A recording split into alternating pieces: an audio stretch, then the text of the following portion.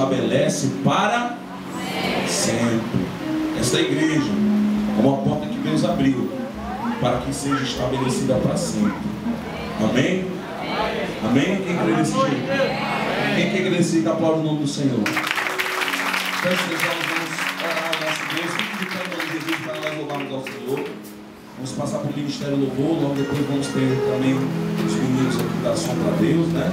Vocês dançarem bastante aí. Senhor, meu Deus e meu Pai, queremos te agradecer, meu Deus, por cada pessoa que veio aqui nessa noite. Queremos te agradecer, Senhor, por tudo que tem feito em nossas vidas, pelo que o Senhor tem feito em nosso ministério.